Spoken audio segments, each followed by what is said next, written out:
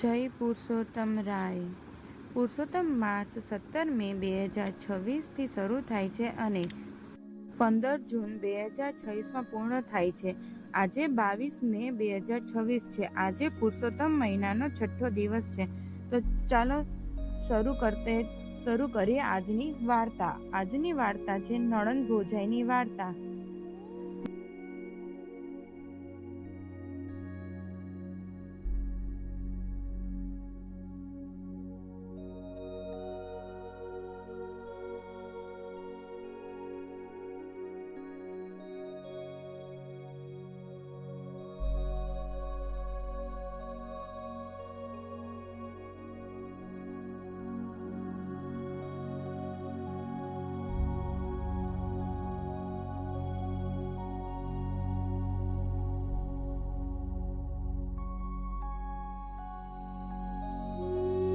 એવામાં અધિક માસ એટલે પુરુષોત્તમ મહિનો આવ્યો છે. આખું ગામ પુરુષોત્તમ મહિનો નહાવા લાગ્યું. નણંદે પણ અધિક માસનું વ્રત લઈ નહાવાનું નિયમ લીધું. આ બાજુ ભોજાઈએ પણ દેખાદેખી વ્રત નિયમ લીધું, પણ બંનેનો વ્રત કરવાનો હેતુ જુદો હતો. નણંદ ભક્તિભાવથી વ્રત નિયમ કરે છે. ભોજાઈ પોતાના વૈભવની મોટાઈ બતાવવા વ્રત નિયમ કરે છે. રોજ નહાવા જાય છે, કાંઠા ગોરમાની પૂજા કરે છે. આમ પુરુષોત્તમ માસ પૂર્ણ થયો. નણંદ પોતાના પતિને કહે, નાથ, હવે શું કરીશું? ઘરમાં કંઈ નથી, વ્રત તો પૂર્ણ થયું, હવે ઉજવણી કેમ કરીને કરીશું? પતિ અને પત્ની દુઃખી હૃદયે વિચાર કરે છે, હવે કેમ કરવું? આંખમાં આંસુ આવી ગયા. નણંદનું હૈયું ભરાઈ આવ્યું. પ્રભુ, આ તે કેવી વિટંબણા! આમ વલોપાત કરે છે ત્યાં જ નણંદને ઝબકારો થયો. આંખો લૂછતાને દોડી જતા જૂના પટારામાં નાકની વાડી પડી છે. યાદ આવ્યું. ઘરમાં જઈ પટોરા ખોલી જૂના ગાભાની નીચે એક લીરામાં ગાંઠવાળી બાંધી રાખેલી વાડી શોધી કાઢી પોતાના પતિના હાથમાં આપતા બોલી, લ્યો નાથ, આનું જે કંઈ આવે તેનાથી જેટલું સીધું સામાન આવે તે લઈ આવો. આ બાજુ ભોજાઈએ પોતાની વાહ થઈ જાય એટલા માટે ગામ ચોરાસી કરે છે. ગામના બધા ભૂદેવોને નોતરા દેવરાવ્યા અને મનમાં કાંઈક વિચારી નણંદને ઘેર પોતે જાતે નોતરું આપવા આવી. નણંદબા ઘરમાં છો કે? ભાભીએ પોતાને ઘેર આવેલી જાણી નણંદના આનંદનો પાર ના રહ્યો. આવકાર આપવા સામે દોડી આવી.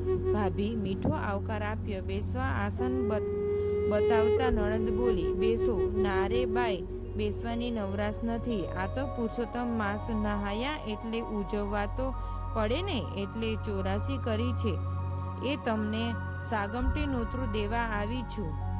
એટલે નવે નોળિયા એટલે કે છોકરા, 10મા દવે અને 11મા નણંદબા તમે આવજો. પણ હા, જ્યારે હું તમને બોલાવવા જાતે આવીશ ત્યારે જમવા આવજો. પોતાના ફૂલ્યાને નોળિયા કહ્યા. નણંદને મનમાં ઘણું દુઃખ થયું, પરંતુ વળી પાછું મનને મનાવે છે. હસે, મોટા છે ને, વળી કદાચ પોતાના ભાણિયા છે ને એમ સમજી લાડમાં પણ કહ્યું હોય.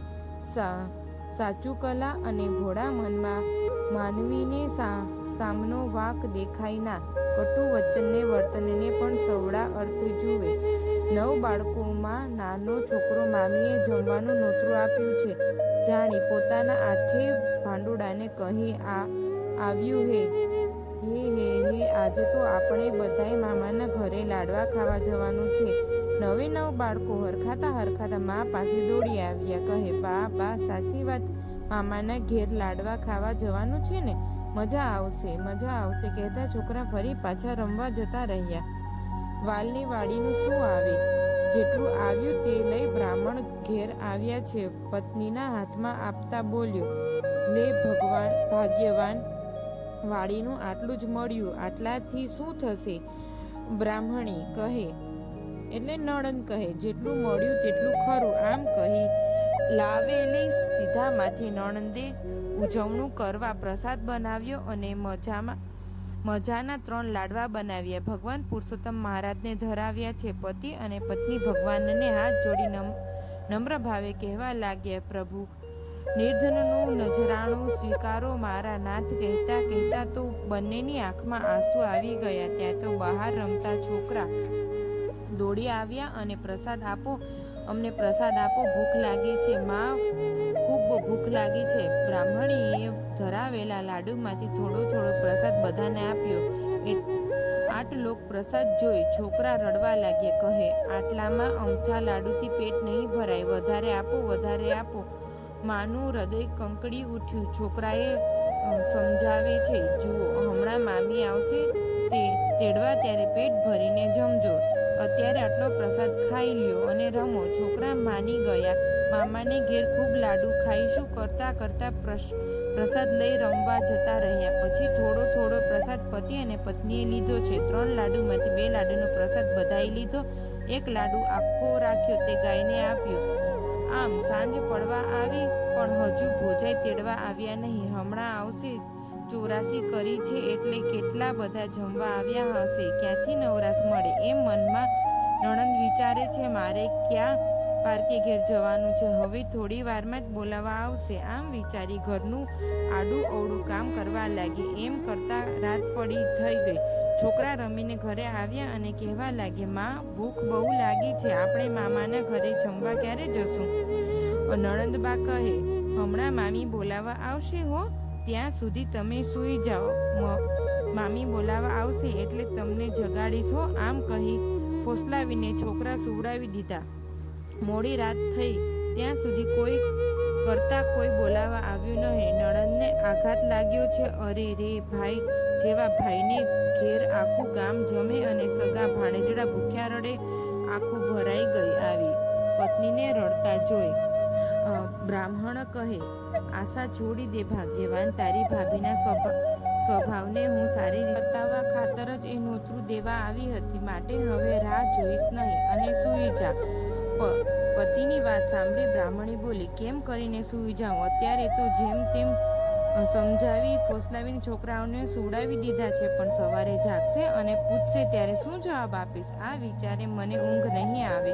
પણ તમે શા માટે જાગો છો? તમે તો સૂઈ જાઓ. બ્રાહ્મણને તો પૂરી ખાતરી હતી કે આમ કોઈ સાર નથી એટલે સૂઈ ગયો. બ્રાહ્મણીએ જોયું કે પોતાનો પતિ સૂઈ ગયો છે. સમજી ધીરેથી ઘરના દરવાજા બંધ કરી ભાઈના ઘર તરફ લપાતા છુપાતા ચાલી. મનમાં વિચારે છે, જાઉં તો ખરી, ત્યાં કોઈ જાગે છે?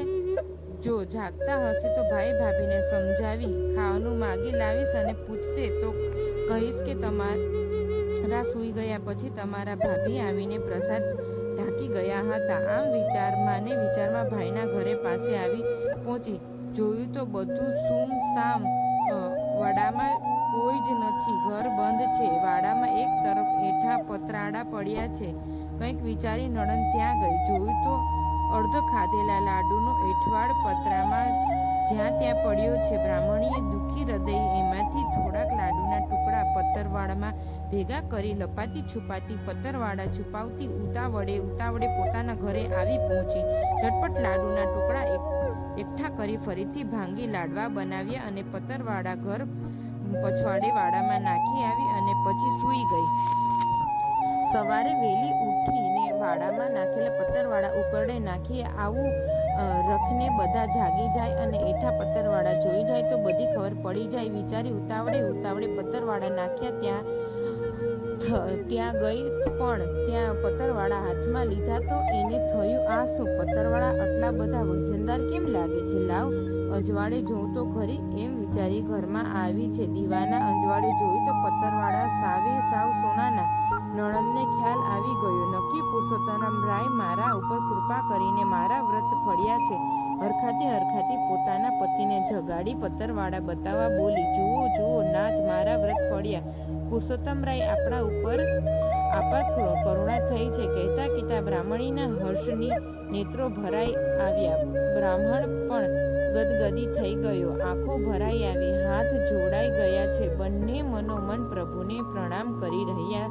પ્રભુ, મારા નાથ, આખરે તમે નિર્ધન ઉપર તે કૃપા કરી ખરી. મારા પ્રભુ વાહ, દીનાનાથ વાહ, તારી લીલા અપરંપાર છે, તારી કરુણાનો કોઈ પાર નથી. પછી તો બ્રાહ્મણ અને બ્રાહ્મણીએ પણ સંકલ્પ કર્યો કે જીવશું ત્યાં સુધી પુરુષોત્તમ રાયનું વ્રત કરીશું, નહાશું, પ્રભુ ભજન કરીશું અને સાંજે ધૂમધામથી ફરી ઉજવણી કરીશું, બ્રાહ્મણોને જમાડીશું, દાન કરીશું, સંકલ્પ કર્યો છે. પછી તો બ્રાહ્મણ સીધો સામાન લઈ આવ્યો છે અને નણંદ પહોંચી ગઈ છે નોતરા દેવા. ભાઈને ઘેર આવી કહે, ભાભીજી, પ્રભુ પ્રસાદ લેવા મારે ઘરે ભાઈને લઈ વહેલા આવજો, આજે મારા ઘરે ઉજવણું છે. નણંદનો મીઠો આવકારને પ્રેમ ભાવ જોઈ ભાભી શરમાઈ ગઈ, નણંદને ભેટી પડી. નણંદમાં, મુંએ તમને ઘણું દુભ્યા, મને માફ કરો. અરે ભાભી, આમ તે કંઈ થાય?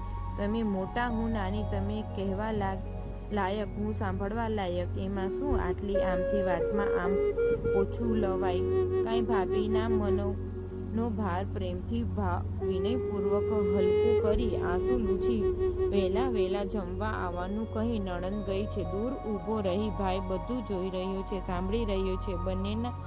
બહેનના ગયા પછી બોલ્યો, જોયું છે ક્યાં કડવાશ તને? તું ખેર સત્કર્મના ફળ હંમેશા મીઠા જ હોય છે. આપણાથી કોઈનું ભલું ન થાય તો કાંઈ નહીં, પરંતુ કોઈનું પણ બુરું ન થાય, કોઈનું આપણાથી દિલ દુભાય નહીં, તેનું ધ્યાન રાખવું જોઈએ. એમાં જ પ્રભુ રાજી રહે છે. ભાગ્યવાન, હવે સુધરજો, ચાલો બહેનને ઘરે પ્રસાદ લેવા.